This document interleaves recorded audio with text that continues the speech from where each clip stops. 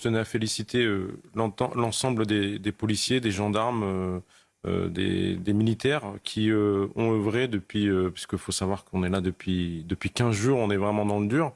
Et on a réussi à gérer avant, on a réussi à gérer pendant et on a réussi à gérer après. On a prouvé qu'en termes de sécurité, les policiers, les gendarmes, les militaires, quand ils travaillent ensemble, ils sont en capacité de montrer des choses extraordinaires. Mais voilà, il faut savoir aussi qu'il y a eu un événement, c'est que vers Bastille, un individu a refusé un contrôle.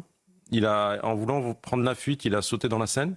Il a été sauvé par 5 stagiaires qui venaient de sortir d'école de Nîmes. Donc, je voulais leur dire bravo aussi. On a su montrer à la France de quoi on était capable. On a su montrer au monde entier à les filles que les policiers sont des gens bien. On a su prouver à beaucoup de nos détracteurs qu'on était là pour les Français. Ça fait partie des menaces et des risques pendant ces JO. Pourquoi ? Parce que c'est la vitrine, les yeux sont tournés, du monde sont tournés vers nous. C'est quand même assez technique, ils savaient où frapper, ils savaient quand frapper, et ils sont attaqués de nuit. Je pense pas qu'il y ait une faille des renseignements, parce que le passage à l'acte, c'est quasiment indécelable. Sauf s'il y a une piste, là c'est vraiment des gens qui sont très organisés. On a su prouver qu'on était en capacité, comme Unité l'a dit sur ce plateau, de gérer les foules.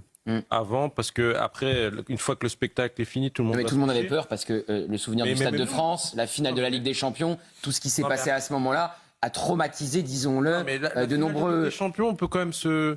Alors, c'est pas contre les exploitants, mais on peut quand même se. Là, c'est géré comme ça en extérieur. L'avantage, c'est que c'est nous qui gérons en termes de sécurité publique.